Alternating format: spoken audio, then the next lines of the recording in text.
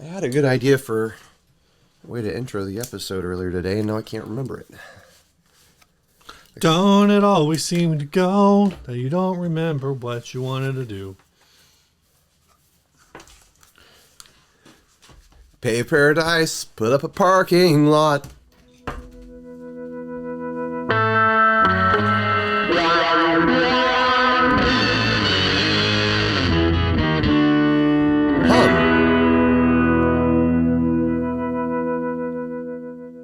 Hey, I'm Ryan.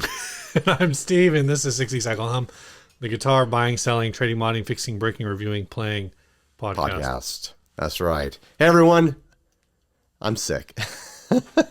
So my voice is going to sound weird. Oh, bro, you're so sick. For the next two episodes. Should we get right into it, Steve? Yeah, let's do it. This ad was sent by Brian Brooks. It's called Neon Jesus.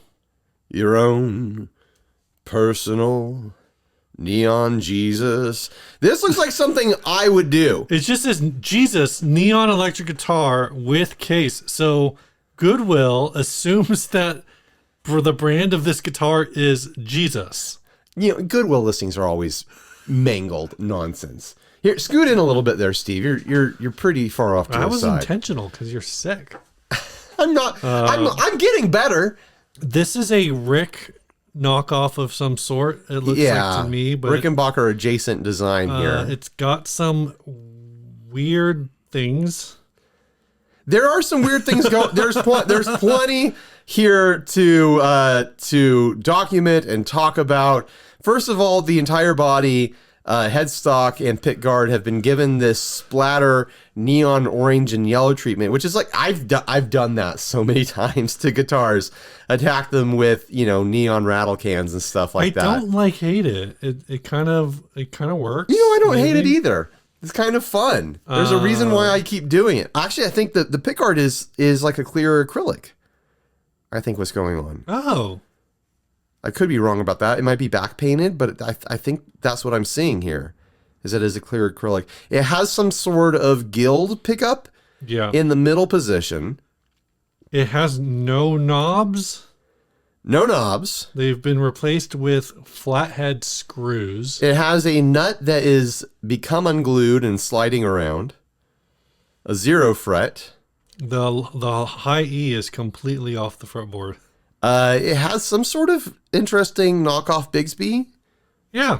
I mean, that Bigsby might be worth the price of entry here. That doesn't look horrible. It honestly doesn't. I kind of want that. The one pickup Bigsby probably sounds fantastic or horrible, but in a fantastic way. It's a dedicated middle pickup. It's not going to be like the most exciting sounding guitar. I don't think the position of the pickup is the problem here. What's the problem then, Steve? It's like just a jank. It doesn't even have pull pieces. Right. It's gonna be less than functional. It's just some jank import. You think the frickin' Bigsby knockoff is worth $241? You never know. You get on eBay, you start looking around for specific types of Bigsbys. You'd be surprised how quickly they become expensive. How did this sell? Trying to remember what the Rickenbacker headstock. There's no way this is a Rickenbacker. No, it's not a Rickenbacker, Steve. Don't even think that direction because it's super not. Who would pay $241 for this? Someone who looked at that Bigsby and they looked at the pickup and they're like, that's interesting. Someone who looked at this headstock and said, oh. One of my favorite details is that the string retainer in between the bridge and that knockoff Bigsby is a door handle, which is fun. Oh, it's like a drawer handle for a cabinet. I can't cabinet door handle. I didn't realize that, but that is cool. It's a fun touch. Is that what the screws are in the back? Probably.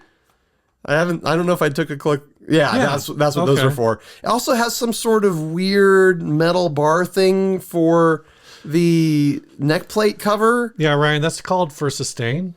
But usually that sort of concept goes all the way down the body to where the bridge connects.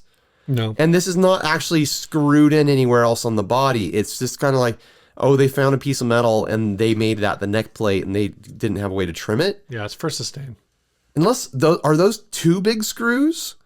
It's really bolted on there. I don't think those can't be too big like flathead screws. There's no way.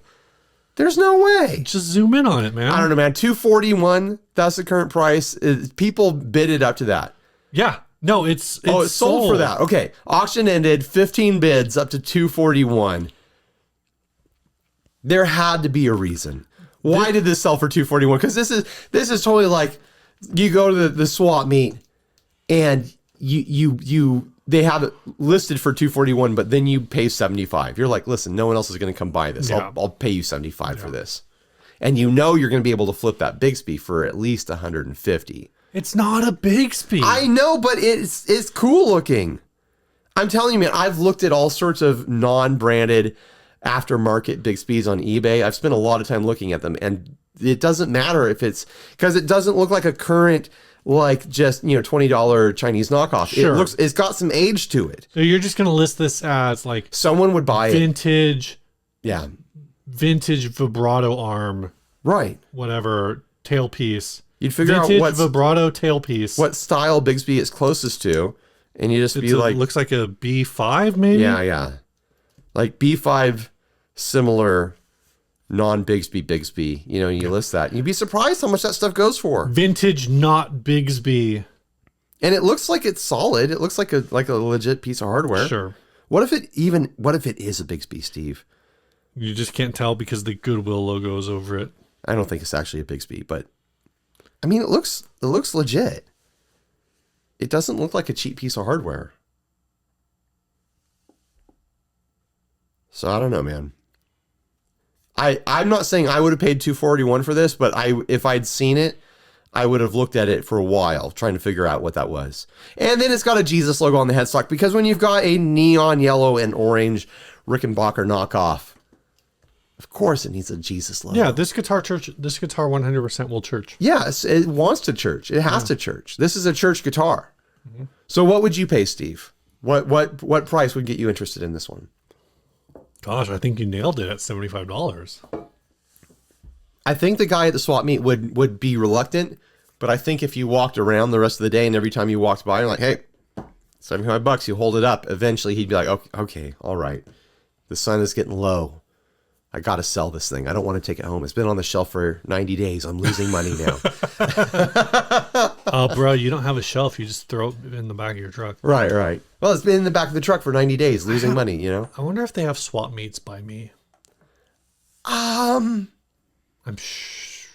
There's probably something similar, but I bet if you went up into Riverside, there's probably a pretty good swap meet. That's what I was thinking. Yeah. Riverside. Yeah. I don't think I've been to a swap meet in like 10 years at least. I bet you there is some sort of Menifee Temecula like swap meet thing that happens. I mean, I know they do like a farmer's market-y thing. And Right. But that's more like a flea market than I mean, I don't know if there's that much of it. But I'm saying like most of the people there I think are like Local vendors. Selling their LuLaRoes, Local honey. Whatever. Local honey. Yeah. Farmed in my backyard. I always ask those people, like, how local are we talking? Is it from this town, or is it like were you out in the country or something like that? And they can never give me specifics. Like, I want local honey that says like that has like the name of my town on it. I mean, legitimately, like I want Mira Mesa local honey, but I kind of don't. Yeah. The concept of local honey is great if you live somewhere where you're like, oh yeah, I want to eat what the bees are sucking up and barfing out into their hives around here. Like, I don't want to eat local honey where a bee like, sucked on some flower that was next to the boulevard, like picking up 6 lanes of traffic. I mean, you could probably get like, I would guess like if you got local honey, it would be from like Bonzel, right, something like that. But I think even like Ramona or something like that. Yeah, I think I wouldn't be surprised if someone in Menifee is doing honey in the Menifee city limits. Oh sure, because I thought about I briefly thought about like doing my own like beehives down in the canyon, but then I realized like, oh, I hate getting like dressed up and things and feeling hot. And that's like sounds like an all-day job to go down and like take care of like beehives and stuff and figure it all out, and then you get bit and stung. Once the bees trust you, don't you not have to wear that stuff? I always see those videos where the ladies like look at my hand and it's just bees. I don't know, man. I don't have a spiritual connection to bees the way mean, people on the internet do. Apparently, I see that, but anytime I see like that stuff, all I think of is Nick Cage, the Wicker Man. Right. Not the bees. Don't make me laugh this episode, Steve. My voice is shot. Well, I'm gonna do it. I don't know. So what are you at 75 on this? I think that's where I'm hitting, but maybe someone in the audience will be like, I know exactly what that vibrato is. I know exactly what model that is. It's that's a real Bigsby. That's the long lost Bigsby, and this is a total steal at 241. Someone's gonna look at this and be like, no, that Jesus sticker was placed there by Chuck Smith in 1978. And I mean, we can all agree that the neck, the body, the pickup, the vast majority of this is trash. Like, it's just, I mean, you could resurrect this, but just looking at the construction of the neck and stuff, this does not look like it was ever a good guitar. I'm very confused now. In this picture, the nut is like, the low E is completely off the fretboard. Would you agree? It's like, I would say. Yeah. But in this picture, it's pretty much like where it's supposed to be. Yeah, that's because it's going back down to the bridge. By the time it gets to the bridge, it's fine. That E's hanging off of the fretboard at the first fret. Okay, Ryan, I got a question for you. And I call that the high E, by the way. You call it, there's. Did I call it the low E? You called it the low E. Oh, yeah. And that nut just needs to be put back into position and glued. Like just a little dot of glue would fix that nut. Ryan. Yeah. How long would it take you to get this guitar back into playing order? Oh man, it depends on how functional that pickup is. I mean, it might already be in playing order. Nope, Ryan. The correct answer is 3 days good as new. Give it the old resurrection treatment. I mean, you were the one earlier who said like, "Oh, what would it take to resurrect this guitar?" Oh, did I? Yeah, you did. I didn't even mean it as a religious pun. Well, there you go. Just had to follow up. The tuners are upside down. Are they? This is a 6-in-line Oh set. my gosh, no. Good eye. Well, it's up in the top of that picture. That's why I missed it. Jeez. Ah, what a disaster. Now that makes me wonder if this like headstock was cut. Oh, it definitely was cut. I bet it was a 6-in-line before. If it used to be a 6-in-line. No, someone definitely shortened this headstock. Yeah. Nothing about that shape screams factory. Like, this is a bizarre guitar. You know what my reaction would be to seeing this guitar? What? Before I even see the headstock? What, Steve? Oh, Jesus. Maybe that's why they put the sticker on there. They're like, Jesus Christ. No, I really mean it. Put the sticker on there. All right, let's move on. What's the next order of business, Steve? The next order of business is housekeeping. Housekeeping is a part of the show where we thank the folks who are supporting this program on Patreon. Do we have more this time? We do. Yay! At the $1 level, we have Slam Blanchards. Sam Blanchard. I like the name Slam Blanchard. Yeah, that's got to be in like some like EA Sports, like some old school. That's like his pro wrestling name. Oh, I was thinking Slam Blanchard would be like a good like old like NES baseball. Ah, Grand Slam Blanchard. Carlos, also at the $1 level. At the $5 level, we've got Great Corn. Great Corn. He's got the juice. He has the juice. And Broken Audio Tap 3. Or maybe it's Broken Audio Tape with a stylized backwards E. I'm not sure. And at the $10 level, William Hogue.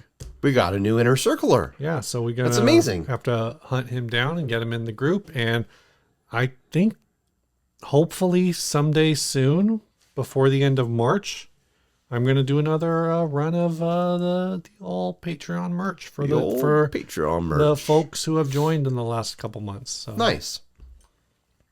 I'm wondering if people were waiting to join the Patreon to see if I came back from the Philippines alive. Or if I just decided to come back full stop. Like, what if I just decided to stay there? You're like, this is start a new life. You just came back and you're like, I've hit peak YouTuber. Right. There's nothing left for me to do. After spending 2 weeks with other guitar YouTubers, I've decided that I'm done. I just don't want to. I don't want to live this life anymore. Do you ever feel like when you look at other YouTubers who have come up, who may or may not be like gear YouTubers, but have had like very fast success? Is it frustrating? No.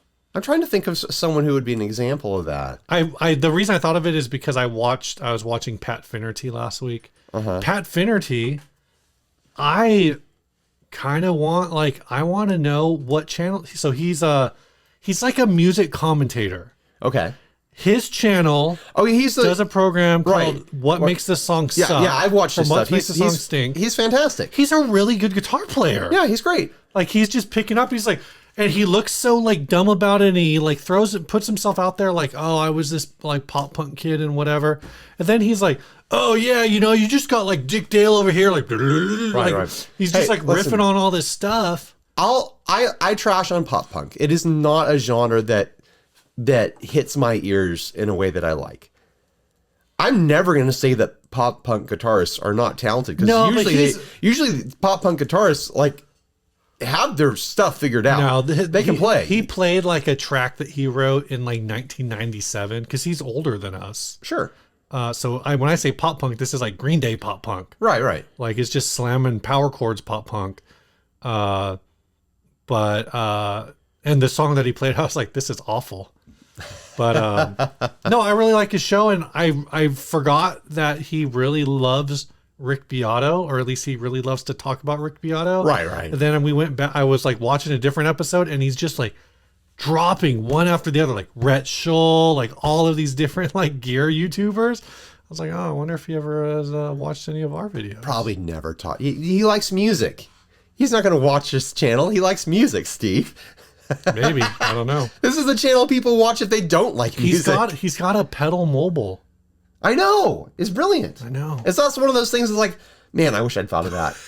It's a brilliant idea. Just like a dumb ceiling fan. But to answer your question, I don't get jealous when other people blow up. And honestly, like, I understand when people blow up. Like, oh, they're blowing up because they do this and this and that. Yeah. Like, oh yeah, I don't want to do those things because like I know that I wouldn't be able to sustain it. Like, there's a lot of like I could do like the Tyler Larson thing. I could do the music is win thing, and I could do little skits and stuff like that. And there's all sorts of channels that do those things.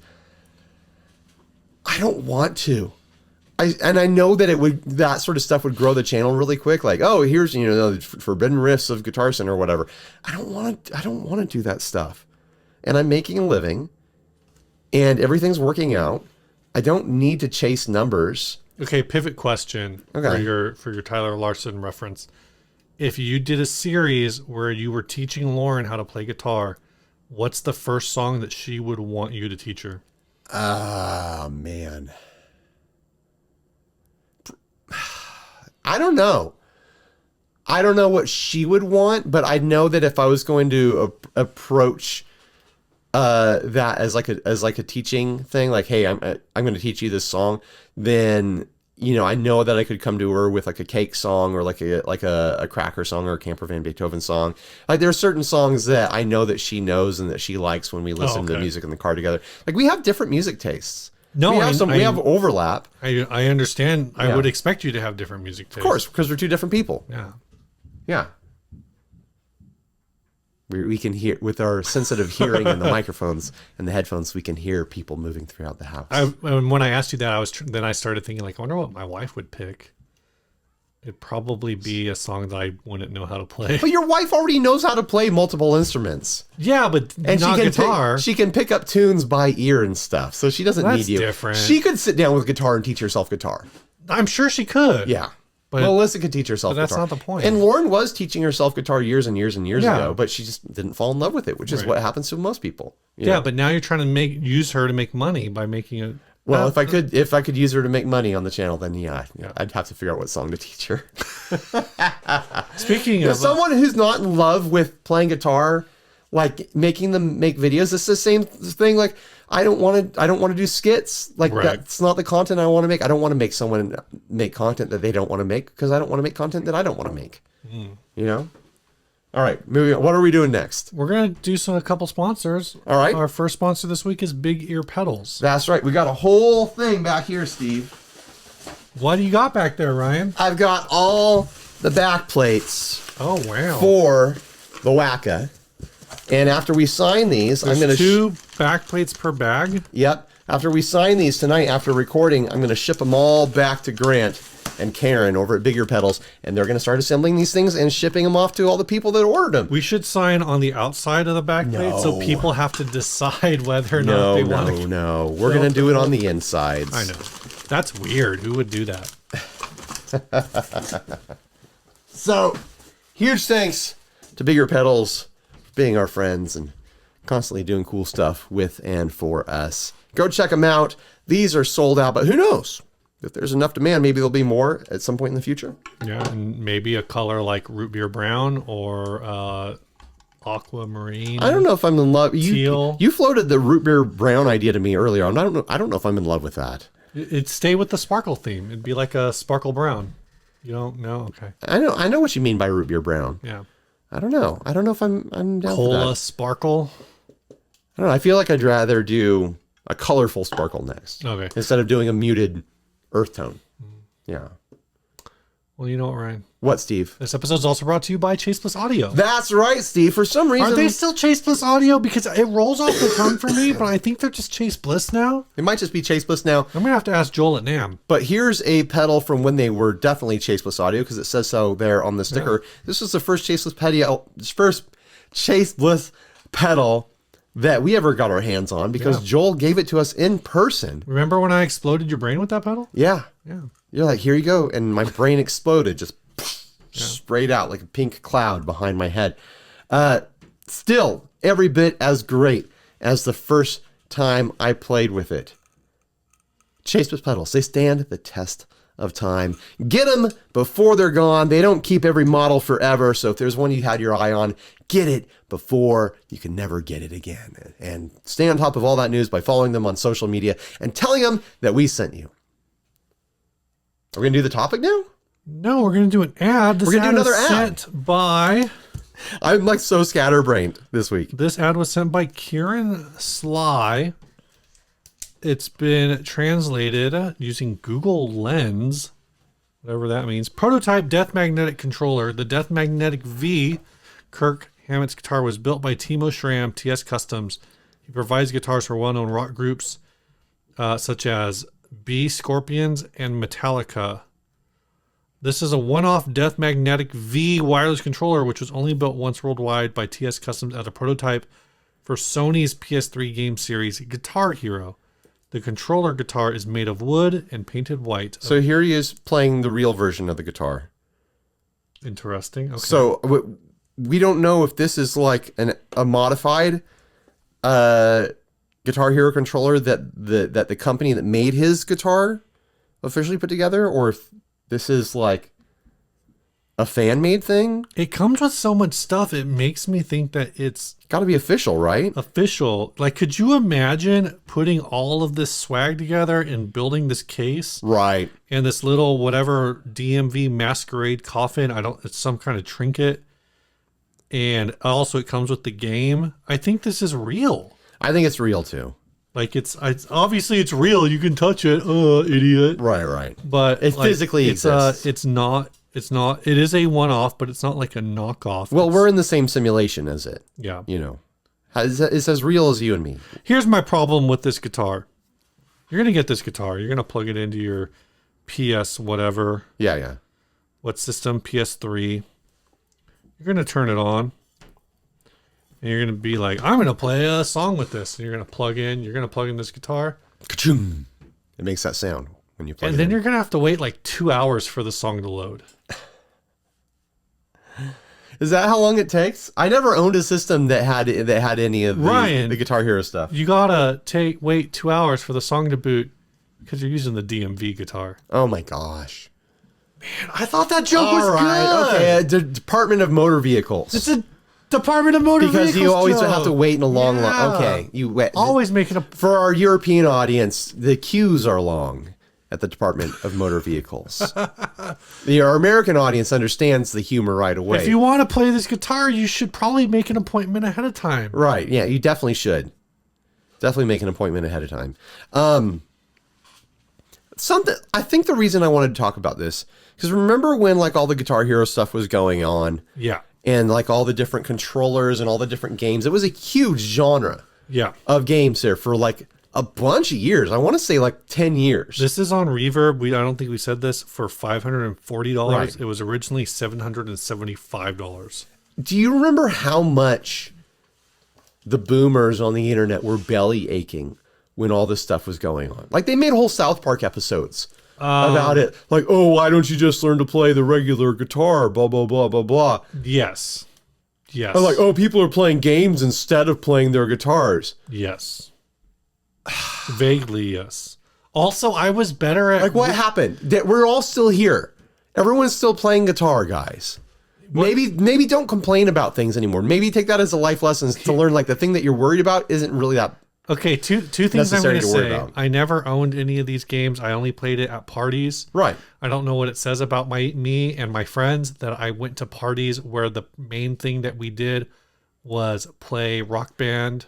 It means that you had friends. You had friends that enjoyed playing, because we had friends that like would get the whole set, like the drums and the keys and stuff like that. Which I guess this is Guitar Hero, so it's only guitar. But we had friends who had Rock Band, so it was a full band. Yeah. And the karaoke aspect. With the mics and stuff. I did like the karaoke aspect. I enjoy karaoke. Karaoke. It was a fun time. It was a fun time in our lives getting to party with those people. I did not like playing any of the instruments, because one of the issues that I had, particularly as somebody who's just coming in and picking it up, I remember one time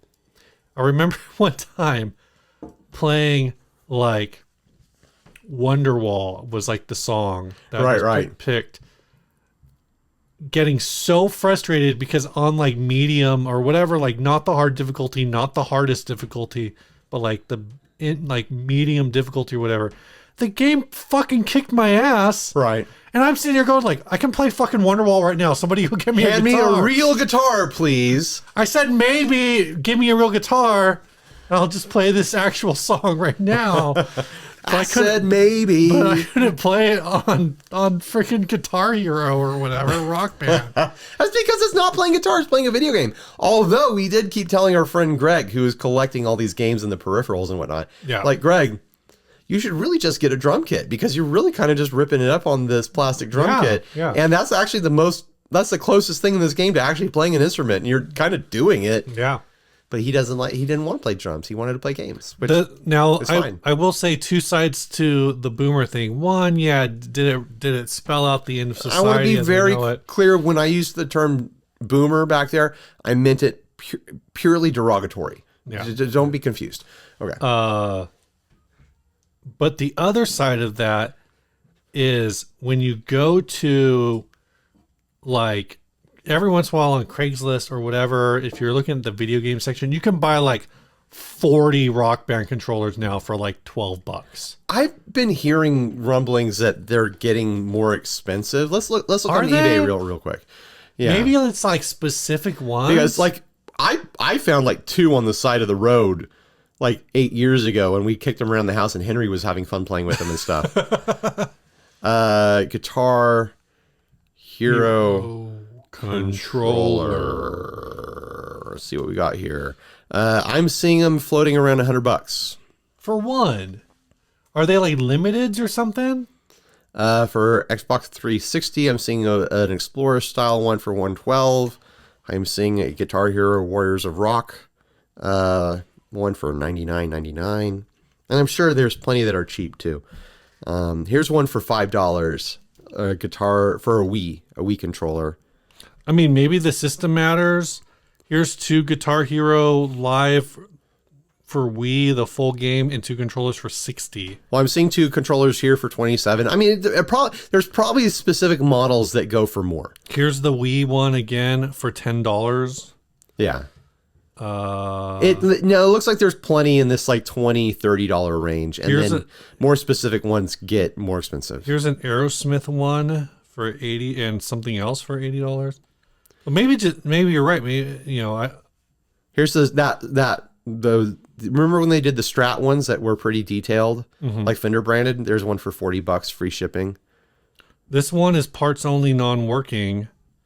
Maybe the ones I've seen that are so cheap are also broken. But do you think that there's any collector's market here for this specific I mean, apparently it's like a prototype or a one-off or something like that. Like, you gotta love Metallica and love Guitar Hero. I guess I guess it comes with the game. So maybe if you love Metallica and you just never played the game before, if you're someone who has like a Metallica themed basement dungeon sort of thing where like all your collectibles are down there, then yeah, you're going to add this to your collection the same way like someone has like, you know, like a Star Wars collection. It's just like, oh, I buy everything Star Wars and I put it in this, you know, corner of my garage or whatever. And I'm a collector. Like I get it as from a collector's thing.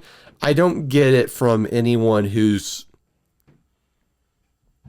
just like a casual Metallica fan or, you know, interested in playing Guitar Hero again or something. It looks like I can get Street 3, NBA Street Volume 3, and Guitar Hero Metallica for $12, shipped to me for an extra $8 from Virginia. So that's $20 of the $540 value here. Right. Oh, but only half of that $10 of the five. Oh, I don't know, man. I'm not good at video game stuff. I don't know how much any video game stuff is.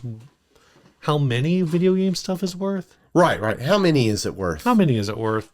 I mean, this obviously it looks cool. It's a one-off. It's almost kind of feels like being a one-off makes it. You know what this is? Worth less. Someday, when society fully collapses, is going to be a Guitar Hero based economy. Where like if you want to buy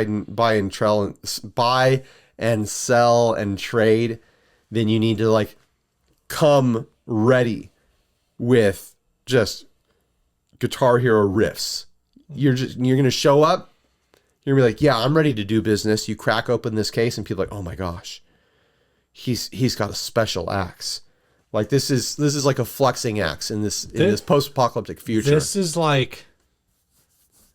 is a stupid version of Six String Samurai. Right. This is like in the future where it's like people play Guitar Hero and Rock Band on a level of like being pool sharks. They all go to like clubs and they play it against each other and stuff. And it's like, if you want to be taken seriously, then you have to show up with something custom like this, you know? Yeah. Like, oh man, and you have some sort of name for it. Oh, he's got the DMV. Yeah. You haven't seen anyone play until you see him play with the DMV. There's some guy who shows up with a Fender Telecaster Guitar Hero controller, and everyone's like, oh, Telecaster, huh? Bet you $1 million global credits that you can't play through the fire and the flames. There should have been, when all this stuff was going on, it was like when it was huge business for these games. Yeah. There should have been a commercial with frickin' Steve Vai and Ralph Macchio. Oh my gosh. Head cutting each other, playing plastic controllers, and you see them playing the game, but then you just hear the buttons squeaking and clicking. I told you not to make me laugh, Steve. You made yourself laugh. No, you did that to me. Wow. How dare you, sir? Seriously, like my ribs are like destroyed right now from 3 days of You're only going to get coughing. through one episode tonight? I'm going to make it.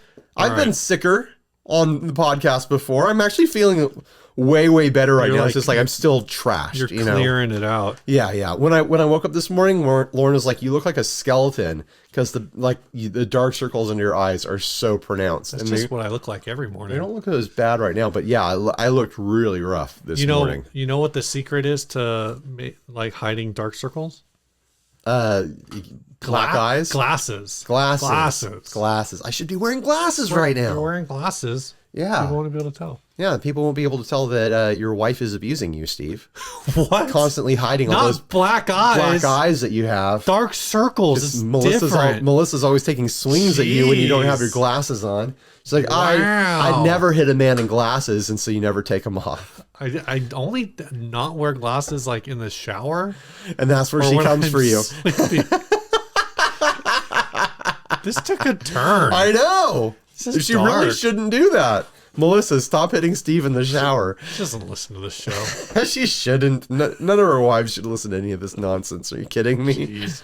What's new, man? Oh, man, what is new? Still trying to pick a name for the band.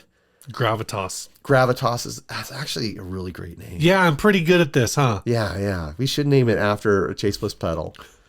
I've been loaning pedals to the bass player because he has all these pedals he wants to try. He really wants to try one of those Geiger counter pedals. Do you remember those? From WMD? Yeah. And he keeps asking me, like, do you have one of those? Like, no, I don't have one of those, sorry. But I lent him the plasma pedal, the gonculator, and the Beatronics pedal. The Swarm, I think? No, the Zombie. The Zombie. Yeah. Because he seems to be leaning into like these freaky, glitched out, fuzzy sorts of things. Like, you definitely want to try this then. So we'll see if he likes it next time I go have a practice with those guys. Anything new with you, Steve? Not with me, but I did want to let me make a note. I did want to say that Coloma Guitars, Coloma's company, is doing a Indiegogo, I think. Try to remember to have All or Nothing. I made a note to put a link.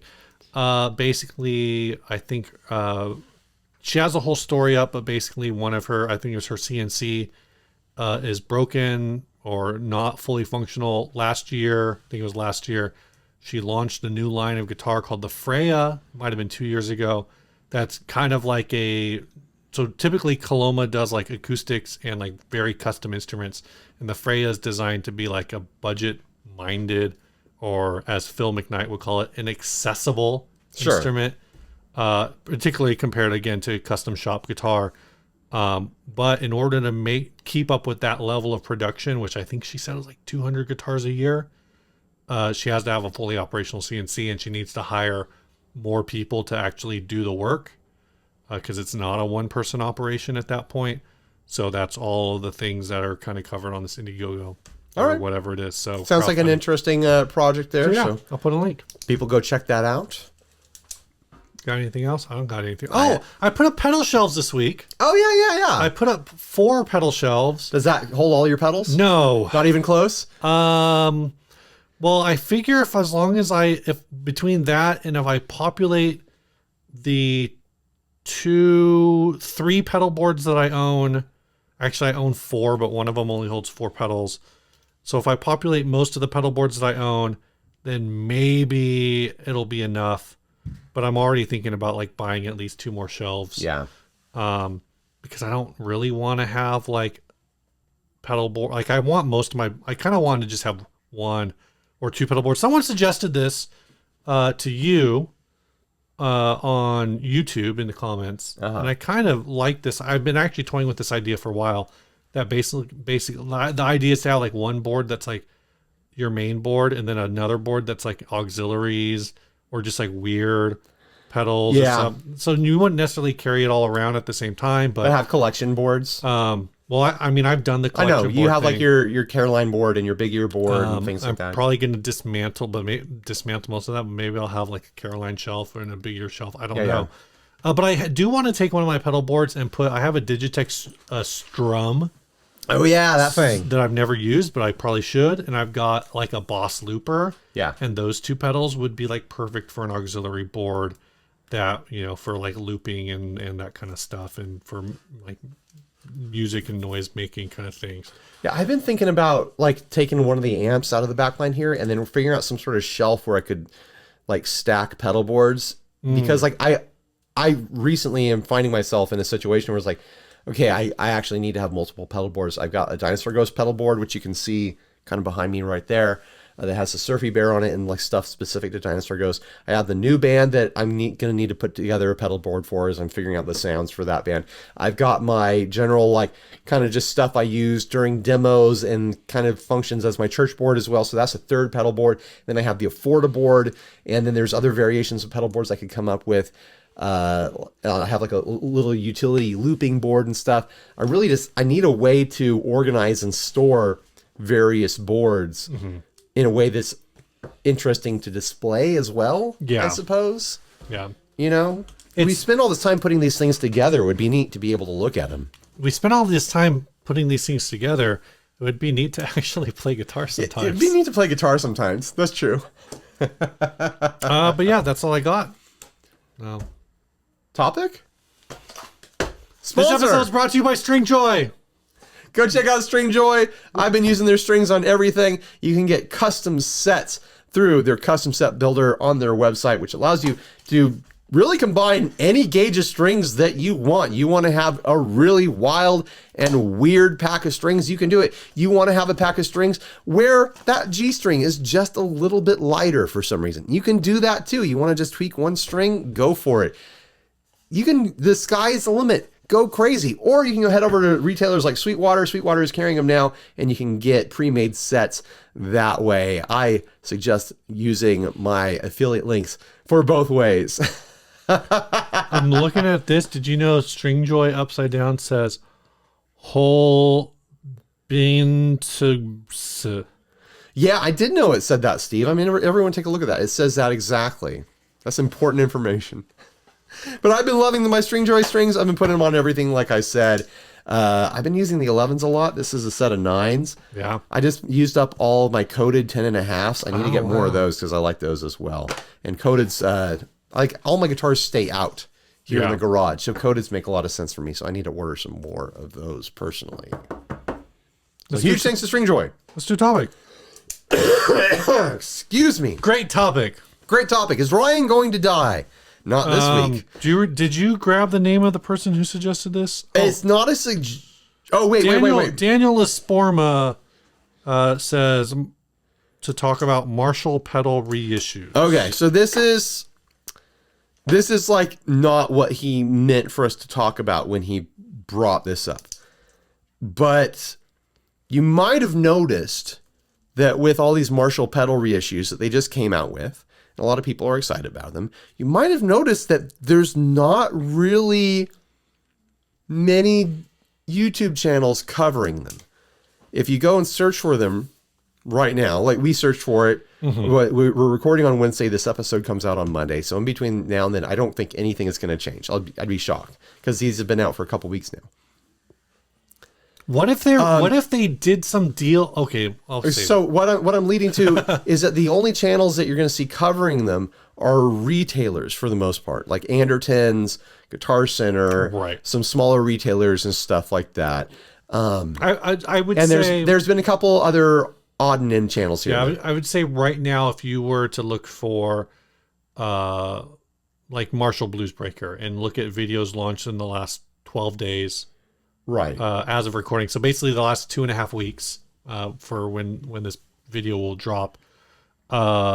It's for that particular product, the Bluesbreaker, you will find that it's like probably 60% retailers, like one channel where I'm not exactly sure what they do. They're like a builder, but also with a YouTube channel. Right. And then like maybe 20% people who are demo. Would you call yourself a demo artist? I think that's sure. better. Yeah, whatever. I think that's better. Because I say it that way because they're more of a demo engineer than artist. Oh my gosh. I say it that way because I think there's they haven't been doing it long enough to earn. God, this sounds so fucking pretentious. Okay, just say it. Just say it. To be like, oh, you're a YouTuber. Well, here's the thing. In the sense, like, in fact, I think at least one of the channels that's doing the Bluesbreaker videos bought the pedal. Right. Like, I know for a fact that they bought the pedal. But the normal rogues gallery of guitar demo channels that you would normally expect with a big name pedal launch is not present. Yeah. And there's a reason for that. We all got emails. We all got contacted. So many because we all talk to each other. We're all very social with each other. Was it more than 2? More than 2 channels? Yeah. I'm pretty sure like everyone got hit up by Marshall on this one. And it was kind of weird because they hit us up on Instagram. Yeah. And I then said, they were no, send it to email. Send it to email. And then they had everyone sign NDAs, which, believe it or not, is really, really super duper rare in this industry. NDAs almost never come into play. Do you have a ballpark? In my head, I think that's like the second or third NDA you've ever signed. Second. I can't remember another one. Like I've heard about NDAs with other channels, and I've been like, really? They made you sign an NDA? I've never had to do that. Like, I I can't think of another situation where I had to sign an NDA, but they wouldn't tell us what the product was. So we all like, everyone's like, okay, I'll sign the NDA and we'll, you know, I'll see what this is and we'll figure it out. I'm like thinking like, is it going to be like a practice amp or something like that? It's going to be, you know, like some sort of like digital like amp modeler or something. I don't know what it's going to be. Like IRs. Yeah, I just thought it would be plugins or something like that. Maybe some cool hats. And so after having to do all this dancing around with the NDA and the way I sent it to them, they didn't like it because it wasn't a PDF or whatever. And like, I think you're the asshole on that one. I don't have a scanner. You don't need a scanner. I had to print out the thing and then sign it and yeah, it was a pain. You know, I didn't do it the right way. And You just download the file. Pull out your Wacom tablet. I got a new computer. I don't have the Wacom set up yet. I don't have drivers and stuff set up yet. All right. Okay. I have excuses, Steve. I have excuses ready to go. Do you want to keep testing me and see what other excuses I have? You can use your mouse to create a digital signature. But I don't like to do that. No, you like to print it out like an old ass man. Take photos of it. They didn't even send it as a PDF. They send it as a Word doc, right? Something like that. Like it was some weird document that like I couldn't because I had a plan. I have like a PNG of my signature. Yeah, you could have just done that. They wouldn't let me in the software that I'm forced to open it in. So I couldn't, and it wouldn't let me import it into Photoshop so that I could do it in Photoshop. Like it was a big file disaster on my side. Excuse me. So anyways, go through all that, send it back to them, and then I'm sitting around and I'm chatting with other YouTubers. Do you know what it is yet? You know, and like someone's like, "Oh, I know what it is, but blah blah blah." I'm not going to say because NDA and stuff like that. We were all being very professional about it. Yeah. But then people started being like, "Screw these guys! I'm not going to work with them." Yeah, screw them. I'm not doing this. Screw them. I'm not doing this. I'm seeing all these, you know, my colleagues, friends, you know, co-demo channels and stuff like that, saying like, "Screw this! I'm out," without me even knowing what it is. And I'm thinking like, okay, whatever it is, maybe, you know, like it sounds like they don't like whatever deal's being proposed or whatever. Yeah. Maybe I'll see it and I'll be like, you know what? I'll take a look at it and, you know, I'll do it on my own time or whatever. Blah, blah. I got wind that they weren't paying demo rates and stuff like that. Like maybe I'll be interested enough to do it on my own time. Yeah. And then I get the email. And they're like, okay, well, we've got these pedals coming out, they're reissues, and we want to send you 2 of them, blah, blah, blah. I'm like, okay, that's cool. Here's a link to my rates. All my rates are public, by the way. If you search, if you go to 60cyclehumcast.com, you can see all my marketing rates. They're all public knowledge. Everyone can look them up. So I send them the rates, and he immediately writes back the same copy and paste email that he sent to everyone else, the contact. And when I read it sent to me, in that moment, all of a sudden it felt insulting. And all of a sudden I had the same reaction of like, you know, screw this. I'm out. I'm not interested. And I'll read part of it. This is the contact's reply. "Hi, as this is a gifted collab, we wanted to leave the content you create completely in your control as opposed to us having sign off. Therefore we don't have a budget for this." And it's not that message is wrong, because they don't, you know, like here's the reason why that was insulting to me. They didn't ask if that's the way I work. Right. They assumed that if I'm getting paid, then they're entitled to sign off on my work. They're entitled to call out edits. They're entitled to see it before it even publishes it. Like I have it very clearly written in my marketing information that you guys can search for and go look at, but I don't do that. I sent him that link. He could have seen that I don't do that. Most channels do not do that. We actually, like, you know, I'm talking about how we all talk to each other. We legitimately have really big conversations about the ethics of this business, about the ethics of how we work with brands as clients and things like that. And that's a huge issue. The vast majority of us do not provide our content for review before it gets published to the public. It's just not what we do. And like, I get it if they don't have a budget set aside from this. Some channels were like, how dare Marshall, the most, top name in amplifiers ever, say that they don't have a budget. I understand how advertising budgets work. There's a budget or there's not. It doesn't mean that Marshall doesn't have money. It means that this... It means they don't care about their product enough to... No, it means that this campaign doesn't have a marketing budget. So whoever they put in charge of trying to do marketing for it, hit up a bunch of different people who look like they have a following. Like, hey, can I send stuff to you? Yeah. They were trying to just get product in hands. They hit us up on Instagram, which in my mind makes me wonder if they even knew that we were a YouTube channel. They're just like, oh, here's a guitar Instagram. Can we send them pedals? Yeah. Sort of thing. But that implication where if they had paid me my marketing rate, which is how I pay for bills, which is how I support my family, which is the job part of this channel, if they had paid that, then they would get editorial control over my content when it very clearly says in all my information that that's not provided ever. I definitely felt insulted. And I think a lot of other channels, I know a lot of other channels that had interactions with this contact felt insulted by the interaction. Yeah. I think there's some other, some other things about it too. I was kind of like the schemer. I'm always scheming. I was on the same page as you. I was like, where they're calling it a gifted collab, and they kind of like, I think at the end of that letter, I don't know if you read it right now, but at the end of that particular letter, at the end of that particular email, I think they said like, oh, we just want to send this to you. If this still sounds like something you'd like to be a part of, please send over your address and we'll get your pedals sent out as soon as possible. So I could have just said, yeah, okay, send them anyways, and we could have done anything. Yeah, there was something about that, like there was an implication to me that's like, if you're calling this a gifted collaboration, that means you're going to send this to us with no expectations. It's a gift, which is even different than like than like how we used to, like, when we first started, where we did a lot of what we call it, like, product for trade. Right. Like, that's not a product for trade. They're calling it a gifted collaboration. Product for trade is an expectation. I'm going to give you this as payment for a service. Gifted collaboration is like, as a gesture of our goodwill to you, you've been doing the hard work building the guitar community, and we would like to gift you these pedals.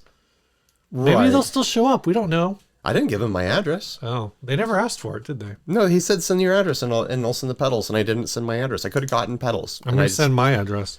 Go ahead. If you want to send your address, send your address, Steve. The collaboration is going to be me taking. It's going to be a video of me taking pictures of the pedal and then posting them on Reverb. I do want to say, I'm not trying to steer anyone away from buying these pedals. I think if you want these pedals, if you like the price, if you like the fact that they appear to be, faithful reproductions of the originals. Yeah. Go ahead and go buy them. Sure. I watched, like, I'm not going to be one of these channels that's like, oh, I didn't like the way they were trying to do business with me. Like, don't go buy their stuff. Like, buy their stuff if you want. I'm just like, I feel like it's worth talking about because this is such a rare moment where I honestly don't think it's malicious. I think it's someone who's in a new position, possibly, who's not familiar with working with the types of professionals that are in this industry as far as demo channels go.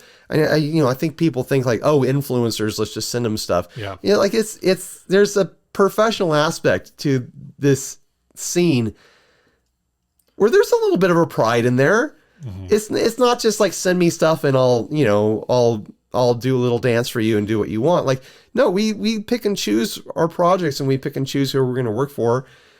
And it felt disrespectful. I think I have like a combination of a couple thoughts. One is and it's not even about the money. They could have just said, we don't have a budget on this. And it would have been like, okay, fine. Yeah. But there's something about that note of like, we would have needed editorial control. Like, no, it's weird. It was really weird. It's not understanding. It's not asking how this works. It's telling you how you think it works. And them saying that they think it works that way came across as not cool. A couple thoughts. One related, one not so related. One, as I have heard, I have watched one demo from a guy in our Facebook group who got the pedal. He got 13 pedals. By the Facebook group, you mean in our secret guitar YouTubers group? No, in the 60 cycle hum really? group. He was in the 60 cycle hum group. Oh, okay. So I thought you were talking about the other group. I think he bought one pedal, and whatever retailer it was accidentally sent him all 13 pedals. 13?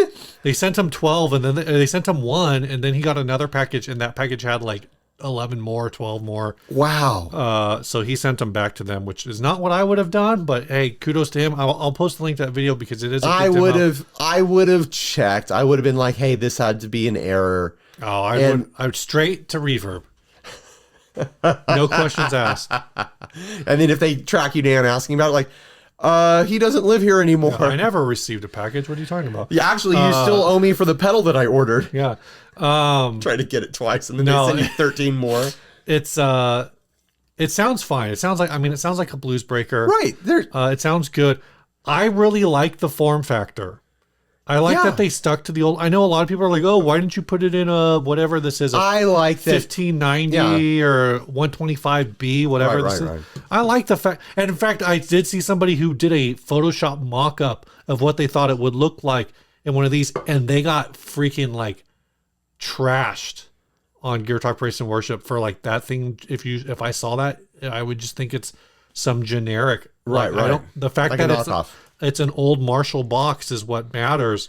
Well, they could have done the same Marshall box treatment and just made it more narrow, did the same bent steel sort of thing. But I actually really admire that they went to the effort to do their classic case. So the other thing is, from what I have heard, it's the same circuit with no modifications. I've seen gut shots and stuff. It looks legit. To the extent that I think it was on Phil McKnight's show, he said that he had watched a demo where I guess one of the pedals has a problem with a volume drop, right when you hit the switch. Right.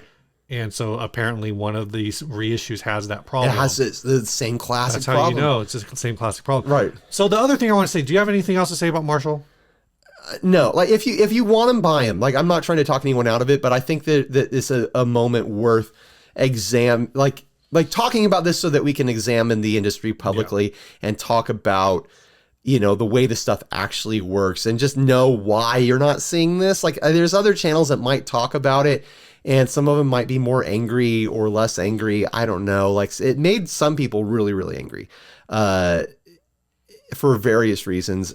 To me, it was more just insulting and disappointing, but also on the same side of it, I really don't have a personal affinity for the original pedals, so it's not like my heart was broken or anything like that. It was just a moment of professional discourtesy that felt weird, and they probably don't know. They probably didn't know what they were doing. They have assumptions about how this all works, and they were rolling with it. But here's the problem with that, is that I know many other channels told them before he emailed me that he was doing it improperly.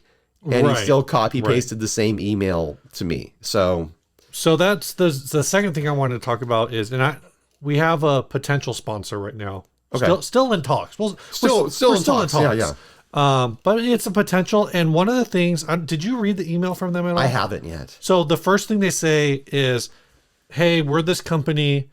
This is what we're called. We're doing, basically, they're kind of trying to do a podcast press tour where they're like, hey, we're trying to line up interviews for our owner. That's the first paragraph. Second paragraph. So I checked out some of your podcasts, and I don't know if interviewing him could be a topic, but I don't really know if that's a fit. Do you do any kind of sponsorship or other kind of conversation? This is a potential sponsor who did the work. Who did the work and said, you know what, this isn't a good fit. Maybe we can work something else out. Yeah. And I actually wrote him back and I said, hey, I don't know if this is going to work, but I just want to let you know, I super appreciate that you did the work to be hey, I'm looking for interviews for it's the marketing guy. And I really appreciate that he said, he just did a vibe check. Yeah, he basically went in and went oh, these guys goof off a lot and their topics are all over the place. Right. and maybe this isn't a great fit for an interview, but maybe there's another way we can do this. And they're new to it. They've never worked with a podcast before.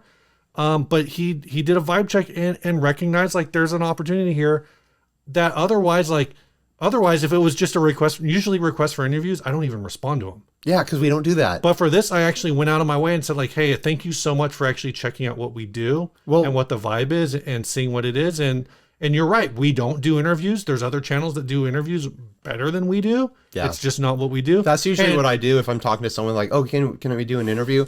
Like, you should go over to Blake. Yeah. And then I said, here's our rates. Let's talk. And so we're having some back and forth. Sure. But I just really appreciate that. And I would say that, I think for guitar demo, if you're a pedal maker, it's even with that, like they talked about this on Get Offset recently, where, it doesn't, honestly, like you are not maybe the best fit for like the Blues Breaker. Right. You probably would be a fun fit for like the Shredmaster. I'll try everything, know. Sure. And they, like I have the unboxing rate, which is like a more affordable version of stuff or whatever. And it's just me reacting in real time to stuff. Yeah. It's like, I'll try all sorts of stuff. It doesn't have to be the perfect pedal. No, it doesn't. But so on Get Offset, they were talking about how there are brands that actually kind of do a vibe check, and they understand that like there are channels who have reached out to us, or not channels. There are brands. Like if a channel sends me a fuzz or a reverb, there's a good chance that they know that that's what I'm about. We've had conversations with brands that are like, yeah, we were putting out a spring reverb pedal, and we knew like in the development of this that we have to get it to Ryan because it doesn't matter what anyone else on YouTube thinks about the spring reverb. If it doesn't pass the does it drip test, sure. Then we have not achieved our goal. And people send wild, wacky, fuzz pedals just so that I'll be like, oh, So I just think it's a very whether or not it works out, I don't know if it's going to work out, but I really respect that was this company's approach to actually kind of vet what they're doing and recognize like this might be a bad fit, but we're going to shoot our shot. But we're going to be upfront about the fact that it's possibly a bad fit. But then the weird thing, the counter to that is with the Marshall thing is that this person on the other side of these marketing emails literally just copy pasting and just canvassing as many like channels or people on social media that they can find, like, hey, can we send you this stuff? And then not learning as they went, because we personally know that people were writing back to him saying, hey, you shouldn't phrase things like this because it's not how any of us work. And then continuing to just copy paste the same thing over and over and over again for like a week or something like that to different people. If we pay you, then we own you. If we pay you, then monkey then dance. We have to sign off on things or whatever. It's like, no one has had to do that. No one will do that because that's not how any of us work. Like famously, there was one brand where after I filmed a demo was trying to get me to edit things, and I just swore them off. Like, I'm never going to work with them again. I don't do that. Yeah. Lots and lots and lots of channels don't do that. Like if I'm working with a builder that's a friend, I'll be like, hey, check out this clip before I publish the whole video. Cause here's a funny outtake or something like that. Like that's the extent of it. Like I'll never be like, here's the whole video for you to like, tell me what you think I should change or whatever. I don't even want to give them the opportunity to think that they could tell me what to change in a video. It's just like I remove the temptation, I got them all. There you go. All in one thing. All right, let's move on to the last ad and call it an episode. This last ad is by 2 hours long Liam Barbaza. Bitching about Barbaza. The business of being an influencer. This is a one-of-a-kind gold-plated shovel guitar, like Justin Johnson. If you know, then you know. I don't know. I don't know either. This was a bluegrass build from years ago, custom 3-string electric slide. Wait, is Justin Johnson that shovel player guy? I guess. I bet it is. Parts are gold-plated, and the shovel is gold-plated as well. Again, if you know, you know. You won't find one like it. $600 or best offer. This is in Toronto, Ontario. So. I'm seeing this Justin Johnson guy playing all sorts of different guitars. Like cigar boxes. There he is with a shovel. There he is with various different slide guitars and stuff like that.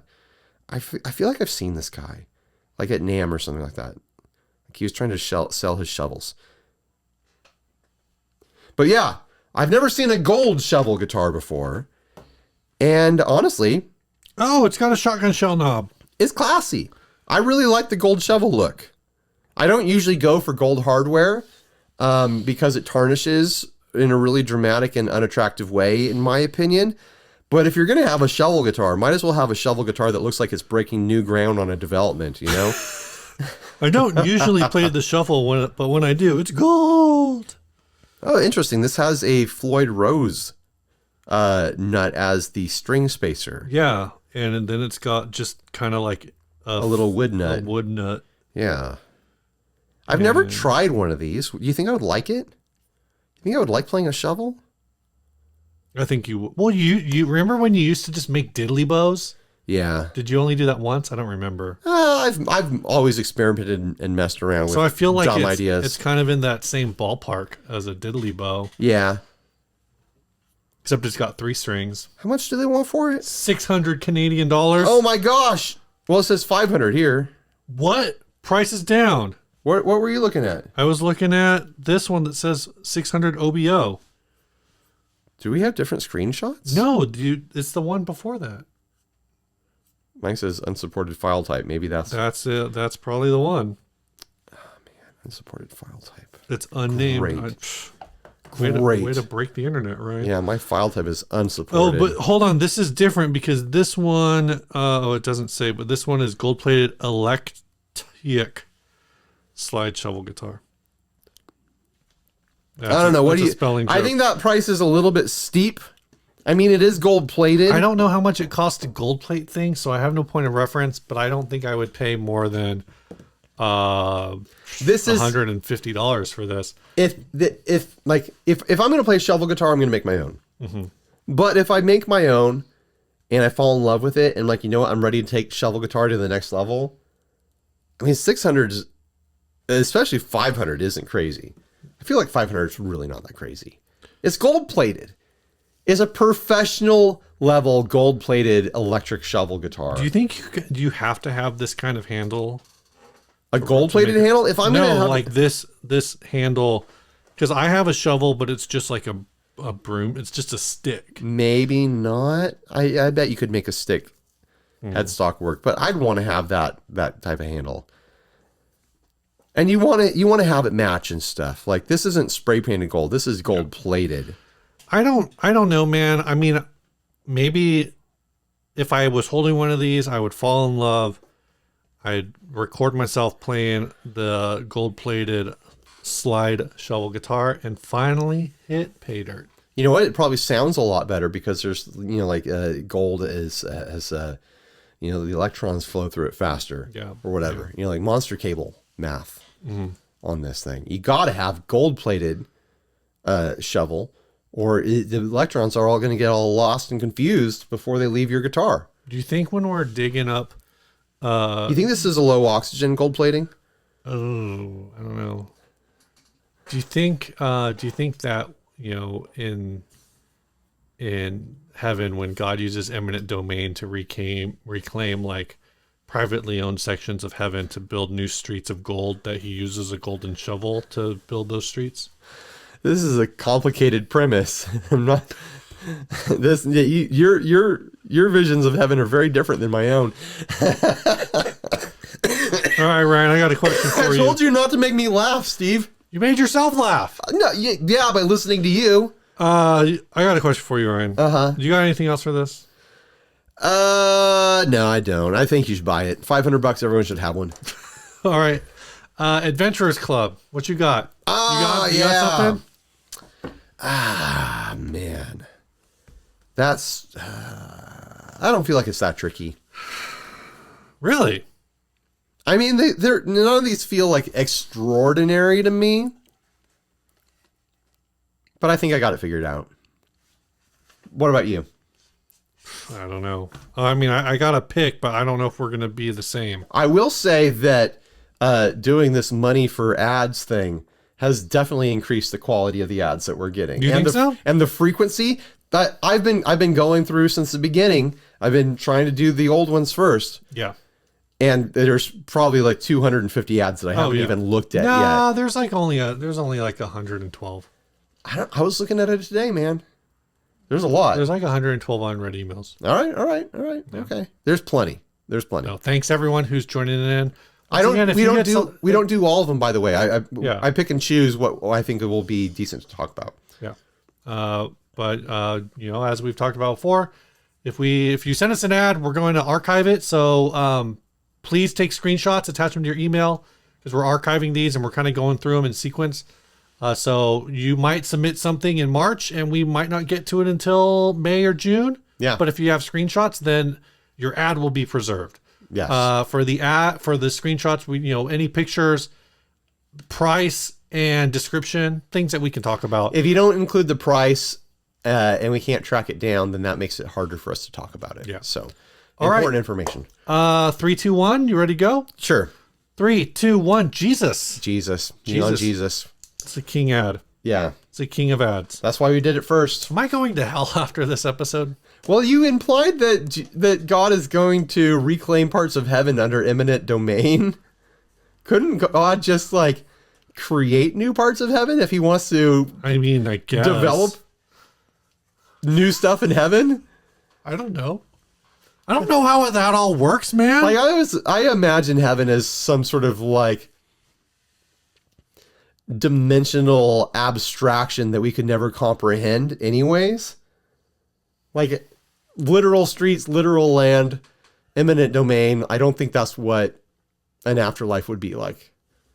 I just got that song in my head. What Streets song? of gold. I don't know. I don't know that song. It's like an old timey. All right, tell us about the song, Steve. Email sent by Charlie. He says, "Hello, bearded brethren. My band is called Charlie Blake and the Good Medicine, based out of Fort Worth, Texas. We were originally intended to be an alt country outfit, but we're just too damn loud. So we're more of a rock band with twang. This track is called No One Gets Out Alive, and I'd say has a little more of that Texas psych flavor to it. We're on all streaming platforms, so go check out our other tunes." So this is Charlie Blake and the Good Medicine. Thanks, Charlie.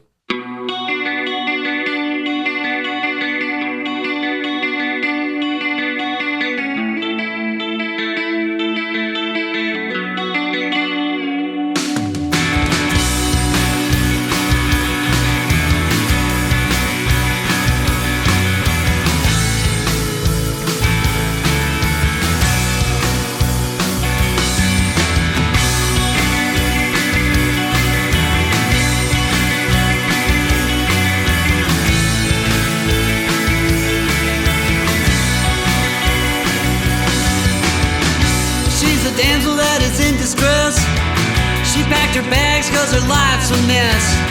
She can't get the demons out of her head. She can't even go to sleep to get away from them. It's like a cycle that is out of control, taking over your mind, taking over your soul. When you stop to breathe and to take a breath, you won't see him beyond before it breaks your neck. Even though you know you can't escape. Let me go. Let me go, let me go, let me go.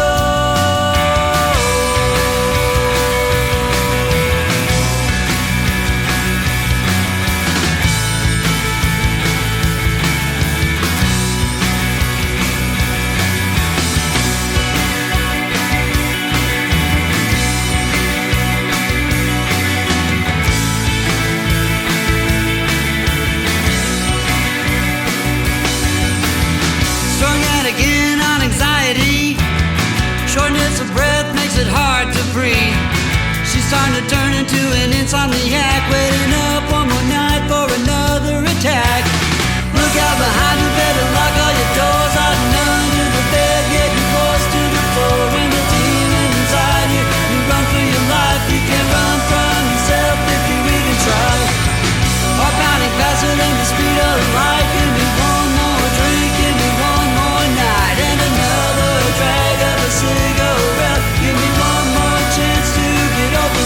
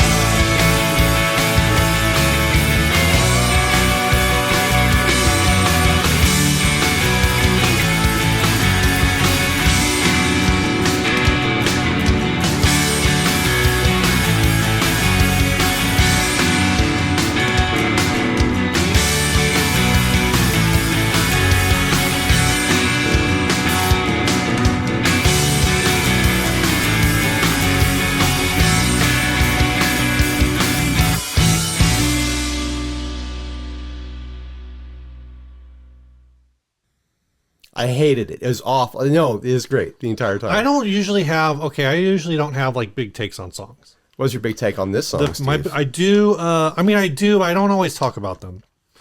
I want to talk about this song.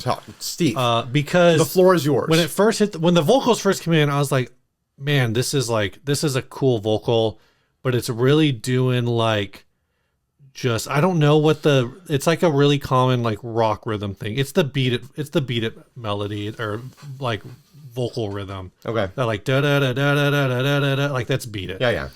But then so it does that for like back to back bars, and then it goes like 8 straight measures, maybe more, without taking a breath, and I was just like, oh damn.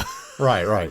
That was even like, I think both times he does it, I was just like, that's cool. That caught me off guard, and it was a very like, it felt like subverting like this known thing that I was expecting to hear, and then to take it and just be like, nope, it's just gonna be like this running, like breath pushing thing for the rest of the verse.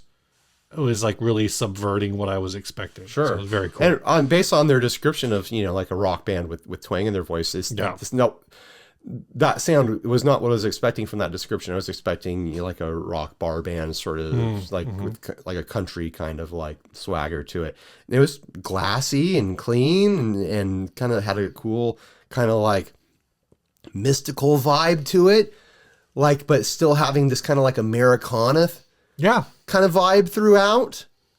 I like it. I think you guys have a good recipe there. Yeah, no, it's fun. Explore I really that enjoyed more. that song.